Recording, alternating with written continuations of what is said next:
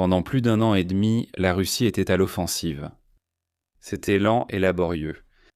Observer les échanges territoriaux de loin était difficile. Mais l'accumulation de tous ces mois d'avancée a fini par faire une différence notable sur la forme de la ligne de front. Puis, en mars de cette année, quelque chose s'est produit. Les gains nets se sont simplement arrêtés. La Russie a continué d'avancer dans certaines zones, mais l'Ukraine a plus que compensé ailleurs. Un gain net de 34 km² en mars, 119 km² en avril et un chiffre provisoire de 259 km² en mai. Je vais peut-être devoir entièrement reconfigurer cette diapositive. Ce n'est plus du bruit. Quelque chose a réellement changé. La question est de savoir ce qui a changé. La vidéo d'aujourd'hui est notre quête de réponse. Nous allons commencer par une confirmation supplémentaire que cela se passe vraiment, malgré les avis contraires qui ne voient un pas la forêt à cause des arbres. Je vais ensuite présenter 8 grands changements sur le champ de bataille, trop nombreux pour tous les afficher à l'écran. Mais ils sont les suivants: la météo, la déforestation, Starlink Telegram, les frappes contre le réseau ferroviaire, les frappes contre la base industrielle de défense de la Russie, les frappes pétrolières et des taux d'attrition plus élevés. Je conclurai par des commentaires sur l'évolution possible dans les prochains mois. Commençons par cette remarque sur la réalité de cet effet. Vous avez sûrement déjà vu des critiques sur de tels chiffres. Quelque chose du genre « Non, l'Ukraine ne gagne pas réellement du terrain ». Les contre-attaques ciblent les avancées russes dans la zone grise, où ils ne contrôlent jamais vraiment. Tout cela n'a aucun sens. Passons à autre chose. D'accord, je n'ai aucun problème avec le principe de ce point, car il reflète la réalité du champ de bataille moderne. Les drones étendent le no man's land sur plusieurs kilomètres, parfois plus de 10 dans certaines zones. La Russie progresse en envoyant 1, 2 ou 3 soldats tenter de s'infiltrer dans le no man's land, trouver une cachette, puis voir ce qui se passe. Cependant, la présence d'un soldat dans une zone ne signifie pas forcément qu'elle est contrôlée par la Russie. Le problème se pose lorsque, en fin de compte, quelqu'un chargé de coder les données cartographiques doit décider comment tracer la ligne de démarcation. Si l'on se base sur qui était là en dernier, la ligne change plus souvent. Mais si vous accordez le bénéfice du doute au camp qui contrôle déjà la zone, alors une légère incursion ne modifiera pas la ligne. Ces règles de codage déterminent alors exactement à quoi ressemblent les chiffres des gains et pertes territoriaux. C'est pourquoi on peut observer beaucoup de variations, même lorsque les codeurs sont d'accord sur ce qui se passe réellement sur le terrain. Néanmoins, la critique selon laquelle l'Ukraine ferait des gains fantômes passe à côté du sujet et ne tient pas pleinement compte des éléments disponibles. La Russie progresse en élargissant sa poussée, puis en essayant d'amener des renforts. Si l'Ukraine reprend tous les endroits où la Russie essaie de s'étendre, nous devons tout de même conclure que l'offensive russe touche à sa fin. Et même s'il était raisonnable de penser que cela expliquait les données en mars, les 259 km² en mai nécessitent une explication plus approfondie que cela. Quelque chose a changé sur le terrain et nous devons commencer à comprendre ce qui a changé. En réalité, beaucoup de choses ont changé sur le terrain. Mais commençons ironiquement par ce qui est surtout dans l'air. La météo. Vous connaissez maintenant les bases de cette histoire. L'humidité complique la mise en place des véhicules lourds. Et malgré la domination des drones sur la ligne de front et le fait que les petits groupes d'infiltration soient devenus la nouvelle norme, les groupes mécanisés peuvent toujours profiter des brèches, et tout le monde a besoin d'être ravitaillé quoi qu'il arrive. Cet hiver a été plus froid et a connu davantage de précipitations que le précédent. Cela signifiait bien plus de neige. Au mois de mars, cette neige a commencé à fondre, annonçant une Rasputitsa printanière particulièrement difficile pour le printemps. Ainsi, l'offensive de la Russie s'est enlisée. D'accord, bien sûr, mais voyez-vous l'incohérence entre cette théorie et les données? L'Ukraine progresse maintenant. L'argument de la Rasputitsa prédirait une ligne de front figée, pas un retournement de situation. Il est logique que le dégel du sol ait ralenti la Russie, mais une autre théorie est nécessaire pour expliquer toutes les données. Ensuite, il y a la ligne d'arbres. J'adore cette image de l'Ukraine, non seulement parce qu'elle est belle, mais aussi parce qu'elle explique comment le pays a obtenu son drapeau. Mais il y a autre chose qui se cache au loin, une ligne d'arbres. Le terme technique pour cela est en fait une haie brise-vent. Les haies brise-vent limitent l'érosion des sols, protégeant ainsi le rôle de l'Ukraine comme grenier à blé de l'Europe. Un inconvénient. Les troupes en progression peuvent les utiliser comme couverture pour se cacher des drones. Oui, l'implication ici est qu'une politique agricole de l'époque de Staline aide maintenant les troupes russes à conquérir l'Ukraine. Des rumeurs disent que l'Ukraine brûle agressivement ses lignes d'arbres, obligeant les troupes russes à avancer à découvert dans la steppe. Maintenant, l'ampleur de cette politique n'est pas claire, mais dans tous les cas, on se heurte toujours au même problème logique qu'auparavant. Brûler les arbres devrait stopper l'avancée des troupes russes. D'accord, c'est bon. Mais cela rendrait en fait plus difficile l'avancée de l'Ukraine à travers des zones de no man's land qu'elle contrôle mieux. Ce n'est pas confirmé. Une autre théorie est nécessaire pour expliquer le renversement observé dans les données. Troisièmement, nous avons Starlink. Vous avez sûrement déjà entendu cette histoire ici. Starlink a agi contre les troupes russes utilisant des terminaux en Ukraine, coupant ainsi l'un de leurs principaux moyens de coordonner assaut et défense. Après la coupure de février, nous avons tous anticipé un ralentissement des avancées russes. La question clé était de savoir s'il s'agirait d'un simple incident temporaire ou si l'effet allait se maintenir dans le temps. Il reste difficile d'affirmer que la perte de Starlink entraîne des progrès majeurs de l'Ukraine plusieurs mois après. Cependant, la Russie ne s'attend pas à ce qu'un véritable remplaçant soit opérationnel avant 27. Ce qui amène à se demander pourquoi le Kremlin n'a pas pris cette vulnérabilité plus au sérieux il y a 4 ans. Actuellement, la Russie fait face à de plus grands problèmes de commandement et de contrôle. Il est raisonnable de penser que c'est le premier domino à tomber qui a permis à l'Ukraine d'accomplir bien plus. Quatrièmement, parlons de Telegram. C'est un double coup dur. À peu près au même moment où la Russie a perdu Starlink, le Kremlin a commencé à ralentir l'accès à Telegram. C'était une décision politique. Comme n'importe quel autre réseau social, Telegram peut diffuser le mécontentement des citoyens envers le gouvernement et, pire encore, permettre de coordonner les manifestants pour qu'ils descendent dans la rue. Petit problème, les troupes russes utilisent aussi Telegram pour coordonner leurs activités. Ainsi, au moment même où les envahisseurs avaient du mal à accéder à Internet, ils ne savaient pas non plus vers quel service se tourner pour communiquer entre eux une fois connectés.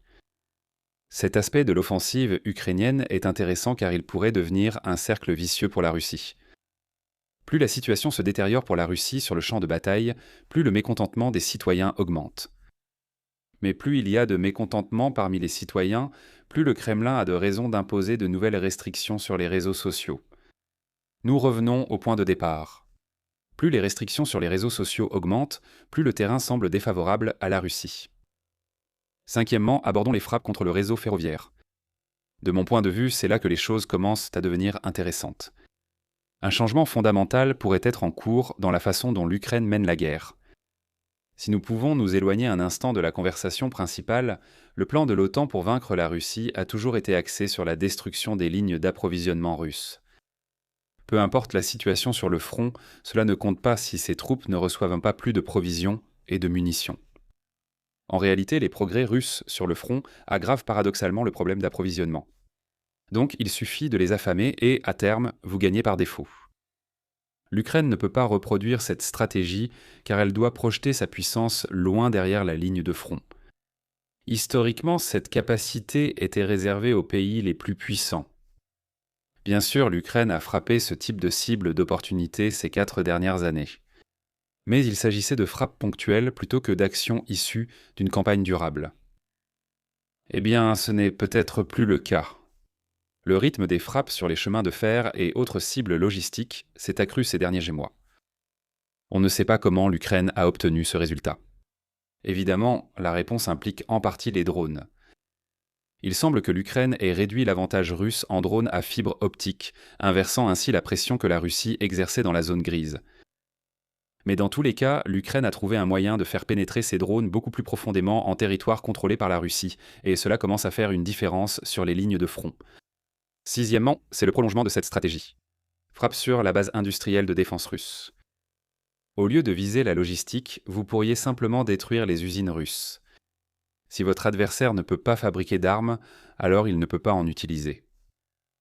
L'obstacle à cette stratégie auparavant, c'est que les usines d'armement sont généralement très éloignées du front et situées dans des bâtiments relativement protégés. Pour réussir avec cette stratégie, il faut des charges utiles, importantes, pouvant parcourir de longues distances et échapper aux défenses aériennes. Les défenses aériennes russes s'affaiblissent lentement depuis près d'1 an. Pendant ce temps, la passion de l'Ukraine pour les oiseaux roses a donné naissance à une arme à longue portée avec une charge explosive relativement importante qui est adaptée pour frapper une usine. Nous ne pouvons pas déterminer ici l'ampleur de l'effet avec certitude. Les citoyens russes sont moins disposés à offrir gratuitement des évaluations des dégâts lorsqu'une de ces usines est touchée, car les explosions sont moins spectaculaires que pour d'autres cibles. À ce sujet, septièmement, il s'agit des frappes sur l'infrastructure pétrolière russe. C'est une autre catégorie qui ne nécessite pas de longues explications de ma part. Kiev veut traiter la Russie comme une station-service déguisée en pays, et le Kremlin peine à trouver une réplique. Je ne saurais trop insister là-dessus. Toute la guerre est devenue le plus grand projet financier du Kremlin depuis la chute de l'Union soviétique. Elle sera gagnée ou perdue en fonction des bilans financiers. Combien d'argent entre dans les coffres du Kremlin et combien en sort pour payer les soldats ? Frapper l'infrastructure pétrolière de la Russie, ses raffineries, ses ports et les pétroliers de sa flotte fantôme s'attaquent au volet des rentrées d'argent de l'équation. Parce que les défenses aériennes russes sont si faibles, cette stratégie fonctionne depuis des mois maintenant, et la situation ne fait qu'empirer pour le Kremlin. La capacité de raffinage russe est tombée à son plus bas niveau depuis 16 ans en avril. En conséquence, le Kremlin doit réduire ses efforts de recrutement. Le ministère de la Défense n'a atteint qu'environ 70% de son objectif de recrutement au premier trimestre 2026. En partie pour cette raison, la Russie recrute aujourd'hui moins de soldats qu'elle n'en perd au combat. Encore une fois, l'Ukraine en profite. Enfin, l'attrition parmi les soldats russes s'est accrue. C'est l'autre moitié de l'équation. La Russie pourrait encore enregistrer un gain net de soldats, même avec des taux de recrutement réduits, si le taux d'attrition n'était pas élevé. Mais il l'est. Encore une fois, cela semble en partie lié à la façon dont l'Ukraine est en train de gagner la bataille pour la suprématie des drones. L'autre moitié concerne la posture stratégique globale de la Russie. La stratégie militaire de base vous apprend qu'une armée d'invasion a besoin de beaucoup plus de main-d'œuvre qu'une armée de défense. Un corollaire à cela, c'est que si vous continuez à agir comme une armée d'invasion sans avoir le personnel pour le soutenir, vous allez simplement perdre de plus en plus de soldats avec le temps, sans vraiment gagner beaucoup de terrain en contrepartie. Ceci est un avertissement contre la surinterprétation des statistiques sur les gains et pertes territoriaux. Plus les gains de l'Ukraine sont le résultat du contrôle par drone, meilleures sont les perspectives d'avenir de l'Ukraine pour continuer à faire avancer les choses dans la direction souhaitée. Plus cela tient au fait que la Russie n'adopte pas la stratégie adaptée à sa capacité de recrutement, plus les perspectives d'avenir de l'Ukraine se dégradent. Je noterai ici cependant qu'il a déjà fallu beaucoup de temps pour que la réalité du champ de bataille parvienne jusqu'aux décideurs du Kremlin. Donc il est tout à fait possible que l'Ukraine puisse continuer à exploiter la vulnérabilité de la Russie pendant des mois. Et c'est une bonne transition pour orienter la conversation vers ce que ces facteurs nous indiquent globalement sur la trajectoire à moyen terme de la guerre. Il est utile de remettre en contexte les chiffres des échanges de mai. En septembre 22, l'Ukraine a repris environ 6000 km² de territoire. En revanche, ce que nous avons observé au cours des derniers mois pourrait être mieux décrit comme une combinaison de contre-attaques localisées, menant parfois à un dilemme ponctuel à l'échelle du théâtre d'opération pour la Russie. Nous ne sommes pas à l'échelle de la guerre de manœuvre, qui a défini la contre-offensive de l'automne 22. En attendant de voir si l'Ukraine accélère sa progression, une chose est claire. L'offensive a permis à l'Ukraine de consolider ses lignes défensives dans le Donbass. Évidemment, la Russie aura plus de mal à gagner du territoire si elle reprend l'initiative. Cela peut aussi donner à l'Ukraine plus de confiance pour prendre des risques pendant l'offensive. La ligne défensive fait en quelque sorte office d'assurance en atténuant les risques si les opérations offensives tournent complètement mal. C'était en fait l'un des principaux problèmes de l'offensive avortée de l'Ukraine en 23. Kiev ne s'y est jamais pleinement engagé, car il n'y avait pas vraiment de solution de repli si cela tournait au désastre.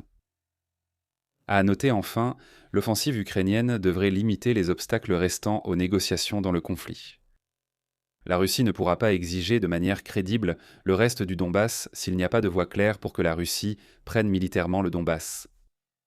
C'est vrai aussi bien si la Russie n'a plus l'initiative que si l'Ukraine dispose de lignes défensives plus solides en arrière. le problème d'effet domino pour l'Ukraine disparaît. Autrement dit, l'Ukraine n'a pas à s'inquiéter de céder le Donbass si cela ne conduit pas à d'autres pertes, tant qu'elle n'a jamais à faire tomber ce premier domino.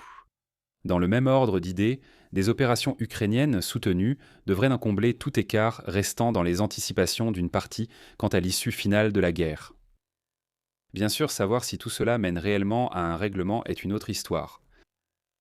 Quelles sont nos conclusions pour aujourd'hui? Un réel changement s'opère sur le terrain en Ukraine. Beaucoup d'explications sur la situation expliquent seulement pourquoi la Russie a ralenti, sans aborder le véritable renversement de la dynamique offensive. Les efforts de longue date de l'Ukraine pour contrôler le ciel localement et à distance semblent être les principaux moteurs de ces avancées, avec des avantages tactiques et stratégiques supplémentaires qui en découlent. Et bien que la situation soit rassurante pour l'Ukraine, il convient de rester prudent, car 3 bons mois ne garantissent pas 26 bons mois. Si vous voulez 3 bons mois de visionnage, j'en suis déjà presque à 3 mois d'affilée. Il reste beaucoup à discuter, je vous verrai donc probablement demain. Pour l'instant, si vous avez apprécié la vidéo d'aujourd'hui, merci de liker, partager et vous abonner, et je vous retrouve la prochaine fois. Prenez soin de vous.